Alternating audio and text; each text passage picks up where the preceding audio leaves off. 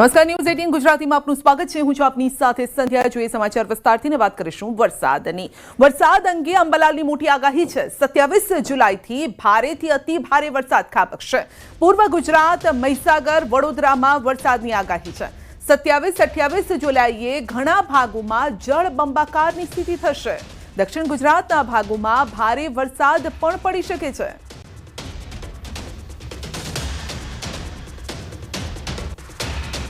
27 જુલાઈથી ઓગસ્ટની શરૂઆત સુધીમાં ભારેથી અતિ ભારે વરસાદ ગુજરાતમાં થવાની શક્યતા રહેશે। તારીખ 27 જુલાઈથી પૂર્વ ગુજરાતના ભાગો, મહીસાગરના ભાગો, વડોદરાના ભાગો, અરવલ્લીના ભાગોમાં ભારેથી અતિ ભારે વરસાદ થવાની શક્યતા રહેશે। ધીરે ધીરે આ સિસ્ટમ આગળ વધશે અને તારીખ 27-28માં તો ઘણા ભાગો જળ તરબોળ બની જશે। કેટલાક ભાગમાં વરસાદ 8 કે 10 ઇંચ થવાની શક્યતા રહેશે। સૌરાષ્ટ્રના ભિન્ન ભાગોમાં પણ વરસાદ થવાની શક્યતા છે। કેટલાક ભાગોમાં ભારે વરસાદ થવાની શક્યતા રહેશે। હમણાં જ્યાં ભરૂચ અને દક્ષિણ ગુજરાતમાં વરસાદ ઓછો છે ત્યાં પણ થશે। ઉત્તર ગુજરાતના ભાગો, પૂર્વ ગુજરાતના ભાગો, મધ્ય ગુજરાતના ભાગો, પાટણ, મહેસાણાના ભાગો, ઘણા ભાગોમાં વરસાદ થશે। કચ્છના ભાગોમાં પણ ભારે વરસાદ થવાની શક્યતા રહેશે। રાજ્યના ઘણા ભાગો જળ તરબોળ બની જવાની શક્યતા રહેશે। બનાસકાંઠા, ઉત્તર ગુજરાત, મધ્ય ગુજરાત, પૂર્વ ગુજરાત, દક્ષિણ ગુજરાત અને ગુજરાતના અન્ય ભાગો જળ તરબોળ બની જવાની શક્યતા રહેશે। અને આ વરસાદ લગભગ બીજી ઓગસ્ટ સુધીમાં તો રાજ્યના ઘણા ભાગોમાં ખેતર, નદી, નહેરો, નદી, કાંસ અને લગભગ બંધ આ તળાવો વગેરેમાં પાણીની ઘણી આવક આવશે। ગુજરાતના 6 જિલ્લામાં આજે ભારે વરસાદની આગાહી છે। વરસાદ અંગે હવામાન વિભાગની આગાહી છે। છોટાઉદેપુર, નર્મદા, ડાંગ, તાપી, નવસારી, વલસાડ ઉપરાંત દમણ અને દાદરા નગર હવેલીમાં પણ આજે ભારે વરસાદ થઈ શકે છે। તો કેટલાક ભાગોમાં 40 કિલોમીટરની ઝડપે પવન ફૂંકાશે। થંડરસ્ટોર્મ એક્ટિવિટી રહેશે। 3 દિવસ બાદ ગુજરાતમાં ફરી ધોધમાર રાઉન્ડ આવશે અને 27-28 જુલાઈએ ભારેથી અતિ ભારે વરસાદની આગાહી છે।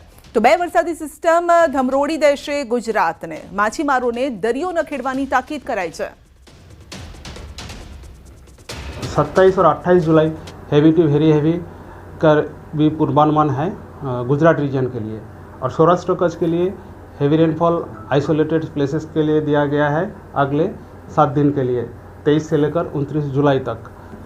एक अपर एयर साइक्लोनिक सर्कुलेशन दक्षिण पश्चिम राजस्थान के ऊपर 3.1 किलोमीटर अबव मीन सी लेवल के ऊपर परसिस्ट कर रहा है। और एक ट्रैप लाइन उत्तर पूर्व अरेबियन सी से लेकर पश्चिम मध्य एडजॉइनिंग उत्तर पश्चिम बे ऑफ बंगाल के ऊपर एक upper air cyclonic circulation persist कर रहे हैं, वहाँ तक विस्तृत है। રાજકોટના ધોરાજી શહેર અને ગ્રામ્ય પંથકમાં વરસાદી માહોલ જામ્યો છે। વિરામ બાદ વરસાદ વરસવાનું શરૂ થયો છે। કાળા ડિબાંગ વાદળો વચ્ચે વરસાદની એન્ટ્રી થઈ, જેના કારણે રસ્તા પર પાણી પણ ક્યાંક ભરાઈ ગયા, ખાડા ખાબોચિયા ભરાઈ ગયા હતા, પાણી વહેતા પણ થયા હતા। ધોરાજીના ગેલેક્સી ચોક, 3 દરવાજા, શાક માર્કેટ સહિતના વિસ્તારોમાં રોડ પર પાણી વહેતા થયા। વરસાદ શરૂ થતાં જ અસહ્ય ઉકળાટમાંથી લોકોને આંશિક રાહત મળી છે। તો વરસાદથી ખેડૂતો પણ ખુશ છે।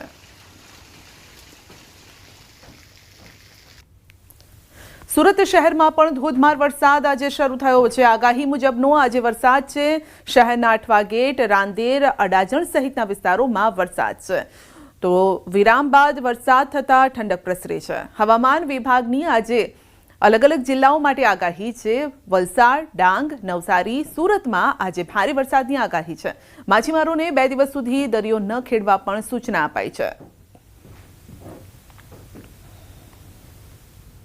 હવામાન વિભાગની આગાહી વચ્ચે વરસાદનો બીજા રાઉન્ડની શરૂઆત થઈ ચૂકી છે। દ્રશ્ય જોઈ શકાય છે કે ધીમી ગતિએ શરૂ થયેલા વરસાદે ધમાકેદાર એન્ટ્રી કરી છે, જેને લઈને છેલ્લા 2 દિવસથી બફારાથી સુરતના લોકો ત્રાહિમામ પોકારી ચૂક્યા હતા। તેમને ચોક્કસપણે બફારાથી રાહત મળી છે। કહી શકાય કાળા ડિબાંગ વાદળો વચ્ચે જે રીતે સુરતનું વાતાવરણમાં પલટો થયો છે, જાણે સુરત હિલ સ્ટેશનમાં પરિવર્તિત થયો હોય તેવો નજારો જોવા મળી રહ્યો છે। બીજી બાજુ દક્ષિણ ગુજરાતમાં મહત્ત્વનો પાક ડાંગરની રોપણી થઈ ગયા બાદ વરસાદની લાંબા સમયથી રાહ જોવાઈ રહી હતી, ત્યારે બીજો રાઉન્ડ શરૂ થતાની સાથે ધરતીપુત્રોમાં આનંદ જોવા મળી રહ્યો છે। કહી શકાય કે જે પ્રકારે હવામાન વિભાગે આગાહી કરી છે, આજે અને આવતીકાલ 2 દિવસની આગાહી છે, ત્યારે પહેલા જ દિવસથી દક્ષિણ ગુજરાત અને ખાસ કરીને સુરતમાં ધીરી ગતિએ શરૂ થયેલા વરસાદે ધમાકેદાર એન્ટ્રી કરી છે. સુરતનો વડાજન વિસ્તાર હોય, રાંદેર હોય, પાલ હોય, વરાછા હોય કે ઉધના હોય, તમામ વિસ્તારોમાં આ જ ગતિએ વરસાદ વરસી રહ્યો છે.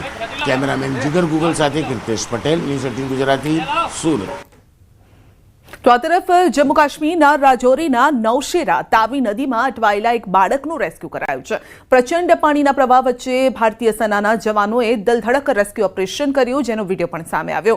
નદીના પ્રવાહમાં એટલો પાણીનો પ્રવાહ હતો કે કોઈ સ્પષ્ટ સ્થાન પણ જોઈ શકાતું ન હતું. બીજા છેડે જવા માટે ટેકનિકનો ઉપયોગ કરી દોરી પહોંચતી કરી હતી અને બાળકને સુરક્ષિત રીતે બહાર કાઢવામાં આવ્યો હતો. તો હેલિકોપ્ટરથી રેસ્ક્યુ ઓપરેશન હાથ ધરાયું હતું. દિલધડક આ ઓપરેશન, જેના દ્રશ્યો પણ સામે આવ્યા છે. નૌશેરા તાવી નદીમાં દિલધડક ઓપરેશન. એક બાળક ફસાઈ ગયું હતું, જેને સેનાએ બચાવી લીધું છે. તો જમ્મુ કાશ્મીરના કઠુઆ જિલ્લાના બાની વિસ્તારમાં બાળકોને જીવના જોખમે સ્કૂલે જવું પડે છે. દોરડાના સહારે બાળકો વહેતા પાણીમાંથી પસાર થાય છે. અભ્યાસ માટે તેમને દરરોજ આ જ રીતે જીવનું જોખમ ખેડવું પડે છે. 300થી પણ વધુ વસ્તી ધરાવતા આ ગામોને આજે પણ કોન્ક્રીટ પુલ મળી શક્યો નથી. અહીંના લોકો અને સ્કૂલના બાળકો પરંપરાગત રીતે આ દોરડાનો ઉપયોગ કરીને પાણીને પાર કરે છે. આ ચોમાસાની ઋતુમાં નદીમાં પૂર આવે છે અને આવી સ્થિતિમાં આ દોરડું જ એક સહારો છે. શાળાના વિદ્યાર્થીઓએ કહ્યું કે અમે દરરોજ આ દોરડાનો ઉપયોગ કરીને નદી પાર કરીએ છીએ.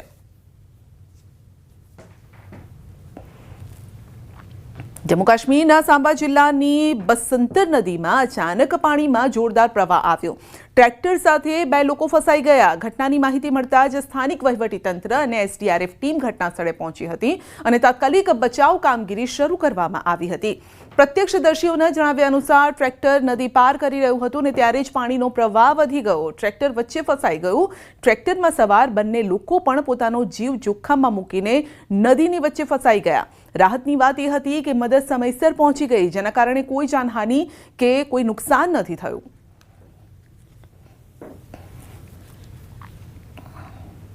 જમ્મુ કાશ્મીરના ઘણા ભાગોમાં વરસાદ બાદ ભૂસ્ખલનના બનાવ બની રહ્યા છે અને ખરાબ હવામાનના કારણે નુબ્રાના ઘણા ગામો પૂરથી પ્રભાવિત થયા છે. લદ્દાખના વિવિધ ગામો ભારે વરસાદના કારણે પૂર જેવી પરિસ્થિતિનો સામનો કરી રહ્યા છે. સ્થાનિકોનું કહેવું છે કે સિંચાઈ, નહેરો અને રસ્તાઓનું સમારકામ કરવાના બદલે કાયમી ઉકેલ માટે યોગ્ય આયોજન કરવું જોઈએ.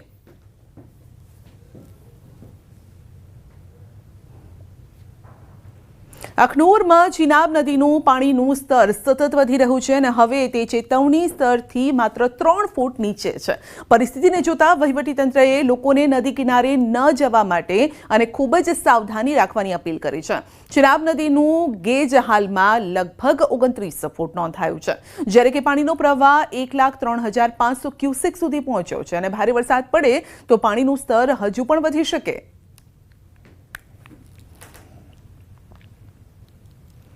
તો અલ-કાયદા સાથે સંકળાયેલા આતંકીઓની સઘન પૂછપરછ કરાઈ રહી છે. 4 આતંકવાદીઓ અંગે આજે થઈ શકે છે મોટા ખુલાસા. એટીએસની તપાસમાં ચોંકાવનારા ખુલાસા થયા છે. મોહમ્મદ કૈફના ફોનમાંથી અનેક શંકાસ્પદ વસ્તુઓ મળી આવી છે. કૈફનો હથિયારો સાથેનો વિડીયો પણ મળી આવ્યો. એટીએસ અને દિલ્હી સ્પેશિયલ ટીમ હથિયારોની તપાસમાં જોડાઈ. હથિયાર કબજે કરવાની કાર્યવાહી પણ શરૂ કરાશે અને 4 આરોપીઓ હાલમાં 14 દિવસના રિમાન્ડ પર છે. અલ-કાયદાના સંપર્કમાં આવ્યા બાદ આતંકવાદીઓ કટ્ટરપંથી બની ગયા હતા અને તેઓ વોટ્સએપ ગ્રુપ પર ચેટ કરી અન્ય લોકોને પણ જોડતા હતા.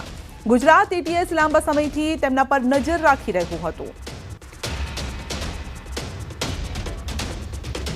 તો આતંકવાદીઓની તપાસમાં થયા છે મોટા ખુલાસા. આતંકીઓના મોબાઈલમાંથી મળ્યા છે ઘણા બધા વિડીયો, એ પ્રૂફ પણ મળી રહ્યા છે.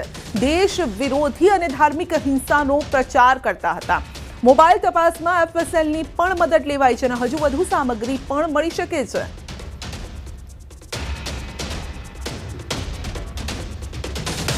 તો નવા પ્રદેશ ભાજપ પ્રમુખની જાહેરાતમાં મોડું થવા પર બોલ્યા છે દિલીપ સંઘાણી. ભારતીય જનતા પાર્ટીમાં ક્યારેય કોઈ પેશ અટવાતા નથી.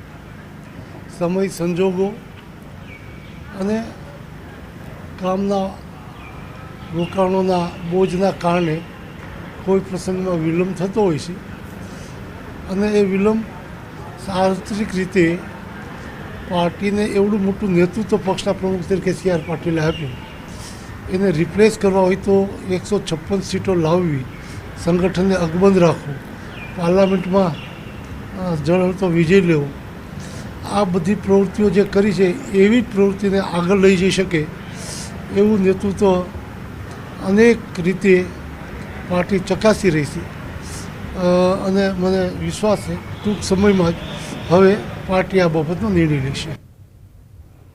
વડોદરા MGVCL કચેરી બહાર વિદ્યુત સહાયક ઉમેદવારોનો જમાવડો. પરીક્ષામાં પાસ થયા હોવા છતાં નોકરી નહીં મળતા ઉમેદવારોમાં નારાજગી છે. રેસકોર્સ સર્કલ ખાતે આવેલી MGVCLની મુખ્ય કચેરી બહાર ઉમેદવારો એકત્રિત થઈને વિરોધ કર્યો. પરીક્ષામાં પાસ થયેલા ઉમેદવારોને વિદ્યુત સહાયકની ઇલેક્ટ્રિકલ આસિસ્ટન્ટ તરીકે નિમણૂક આપવા માટે માંગ કરાઈ રહી છે. ઉમેદવારોનો જમાવડો થતાં ચુસ્ત પોલીસ બંદોબસ્ત પણ ગોઠવાયો છે. વાંસદાના ધારાસભ્ય અનંત પટેલે ઉમેદવારોને ટેકો જાહેર કર્યો. ઉમેદવારોની માંગ છે કે FRT કોન્ટ્રાક્ટ પ્રથા રદ કરો, કાયમી ભરતી કરો. 3250 ઉમેદવારોએ પરીક્ષા આપી અને 1300 પાસ થયા છે. હાલમાં 79 લોકોની ભરતી કરી છે અને દાહોદ, મહીસાગર, વડોદરા, પંચમહાલ, છોટાઉદેપુર, આણંદ, ખેડા સહિત અનેક જિલ્લાઓમાં ઉમેદવારો વિરોધમાં જોડાયા છે. આ તમામ જગ્યાએથી ઉમેદવારો આવ્યા છે. વડોદરા શહેરના રેસકોર્સ વિસ્તારમાં આવેલી MGVCL જે મુખ્ય કચેરી છે તેની બહાર મોટી સંખ્યામાં જે નોકરી વાંચુક યુવાનો છે તેઓ એકત્રિત થયા છે. યુવાનોનો આરોપ છે કે તેમના દ્વારા પરીક્ષા આપવામાં આવી, પરીક્ષા પાસ પણ કરી લીધી, પરંતુ તેમ છતાં તેમને વિદ્યુત સહાયક તરીકેની જે નોકરી છે તે મળી નથી. અને એક તરફ રોજગારીની વાતો વચ્ચે યુવાનો નોકરી માટે વલખા મારી રહ્યા છે, તેનો જીવતો જાગતો આ પુરાવો છે. ત્યારે તમે શું કહેશો? એક તરફ રોજગારીની વાતો થઈ રહી છે, બીજી તરફ તમારા જેવા યુવાનો નોકરી માટે આમ તેમ ભટકી રહ્યા છે. કેટલું વ્યાજબી માનો છો? કેટલો અન્યાય થાય? અમે અત્યાર સુધી ઘણીવાર રજૂઆત કરી ચૂક્યા હતા. અમારી ભરતીને જૂન 2022માં અમારા જોડે ફોર્મ ભર્યા હતા, ઓનલાઈન રજિસ્ટ્રેશન થયું છે, અત્યાર સુધી એક્ઝામ લેવાનું નથી. અમે JCCLમાંથી આવીએ છીએ. અત્યારે અહીંયા સમસ્ત જે આવ્યા છે MGVCLવાળા અને JCCL બંને છે. તમે શું કહેશો? એક યુવાનની નોકરી લાગે તો માત્ર યુવાની નહીં પરંતુ આખા પરિવારની રોજગારીનું એક સાધન ઊભું થાય. આખા પરિવારને આશા હોય, અપેક્ષા હોય કે મારો દીકરો વેલ સેટ થશે, પરિવારનું ગુજરાન ચલાવશે, અને એ જ યુવાને જો નોકરી માટે આમ તેમ ભટકવું પડે, કચેરીના ધક્કા ખાવા પડે તો કેટલું દુઃખ થાય આ સાંભળીને. આ લોકો GB વાળાએ ભરતી કરવી જોઈએ. અમારા JCCLવાળા ભાઈઓ કેટલા વર્ષથી અહીંયા વલખા મારે છે સાહેબ. હવે 800 જણાની ભરતી હતી હમણાં સુધી, એ લોકોએ નથી પરીક્ષા લીધી, કંઈ જણાવ્યું નથી. અહીંયા કેટલી વાર અમે આવીને ગયા અહીંયા. એ લોકોએ ભરતી કરવી જોઈએ. અમારા ગરીબ યુવાનોને જોવું જોઈએ. એ લોકો બિલકુલથી તો ગરીબ યુવાનો તરફ જોવું જોઈએ. તમે શું કહેશો? ગરીબ યુવાનો તરફ જોવાની વાત છે, પરંતુ ગરીબો તરફ કોઈ જોતું નથી. એનો આ દાખલો માનો છો? હા, 2022માં જ્યારે વિધાનસભા ગુજરાતની અંદર ચૂંટણી જાહેર કરવામાં આવી ત્યારે 18/6/2022માં 7 પાર્લામેન્ટમાં 800 હેલ્પરની ભરતી બહાર પાડેલી ભૂતપૂર્વ એપ્રેન્ટિસની, જેની ભરતી આજ દિન સુધી પૂર્ણ કરવામાં નથી આવી. હવે આ ઉમેદવારો સાથેની સાથે કોંગ્રેસે પણ ટેકો જાહેર કર્યો છે. કોંગ્રેસ પણ આંદોલનમાં જોડાવાની છે. ત્યારે તેને ધ્યાનમાં રાખીને રેસકોર્સ MGVCL કચેરી ખાતે ચુસ્ત પોલીસ બંદોબસ્ત જે છે તે ગોઠવી દેવામાં આવ્યો છે.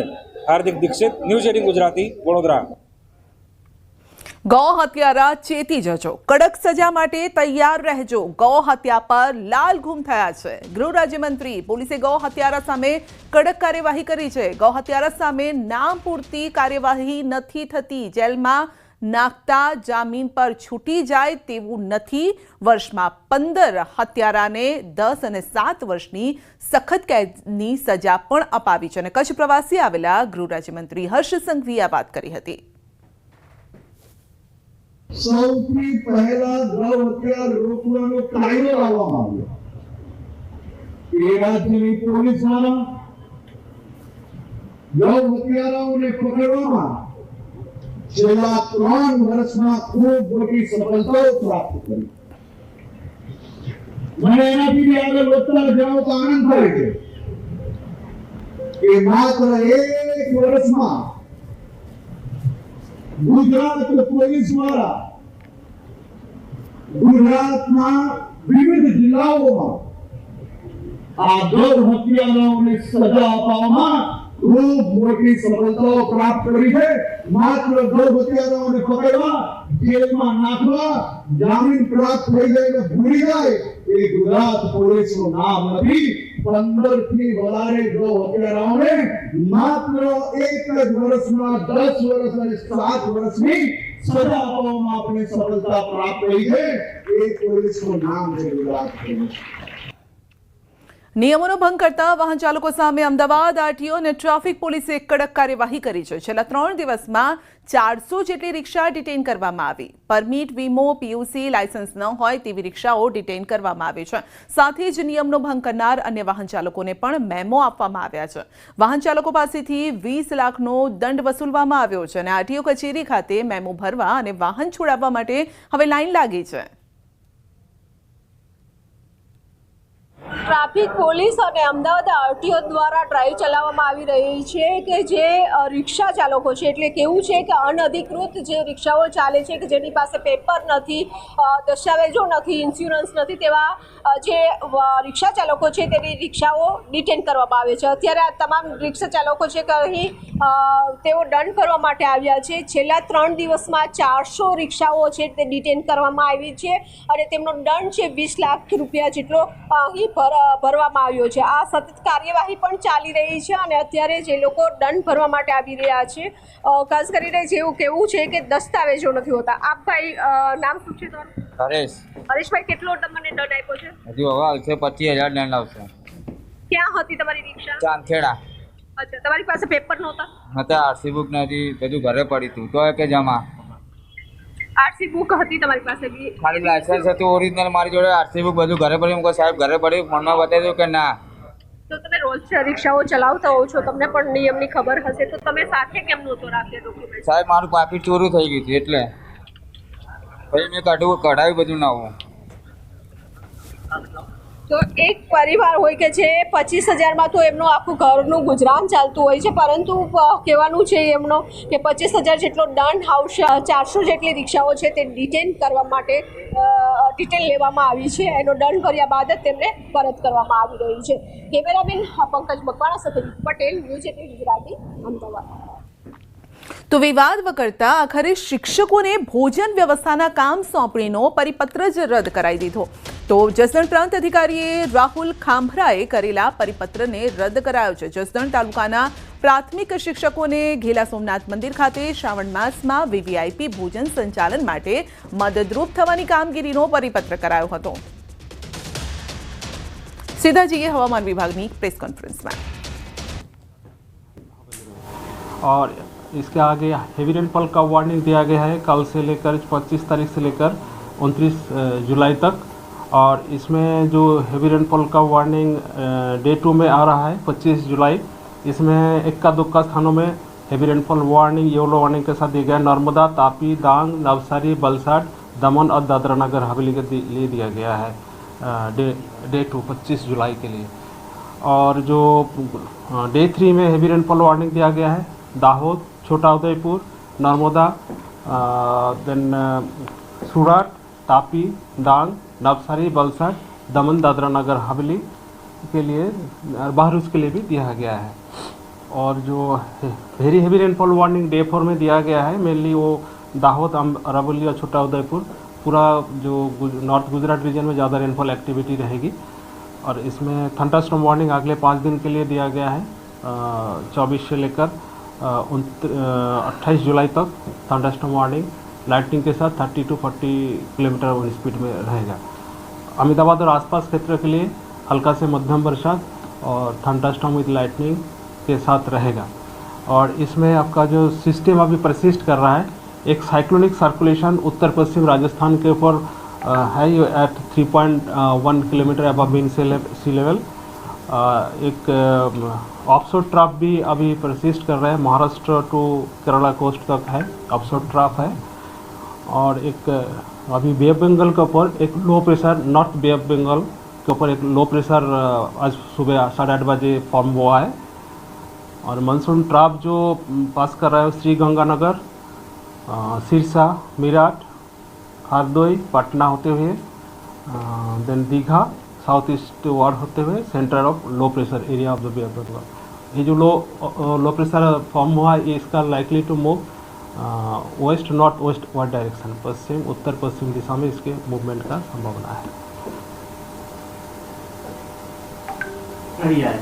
रेनफॉल के लिए बोले हाँ, रेनफॉल का जो स्टेटस अभी राज्य में, गुजरात राज्य में एक्चुअल रेनफॉल है 422.6 mm है, जो नॉर्मल में 303.9 है, सामान्य जो होना था 303.9, जो 39% अब नॉर्मल है आज का डेट में।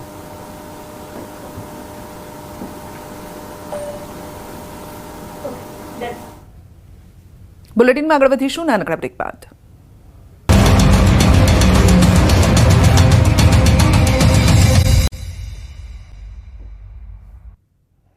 વિવાદ વકરતા આખરે શિક્ષકોને ભોજન વ્યવસ્થાના કામ સોંપણીનો પરિપત્ર રદ કરાયો છે। જસદણ પ્રાંત અધિકારીએ રાહુલ ખાંભરાએ કરેલા પરિપત્રને રદ કર્યો છે। જસદણ તાલુકાના પ્રાથમિક શિક્ષકોને ઘેલા સોમનાથ મંદિર ખાતે શ્રાવણ માસમાં વીવીઆઈપી ભોજન સંચાલન માટે મદદરૂપ થવાની કામગીરીનો પરિપત્ર કરાયો હતો। 21 જુલાઈએ કરેલા પરિપત્રમાં શિક્ષકોને જમવાની વ્યવસ્થાની કામગીરી સોંપાઈ હતી અને આ તરફ પ્રાથમિક શિક્ષક સંઘ ઉપપ્રમુખના મતે પરિપત્ર રદ ભલે કરાયો હોય પરંતુ ધાર્મિક સ્થાને તેઓ સ્વેચ્છાએ સેવા આપશે।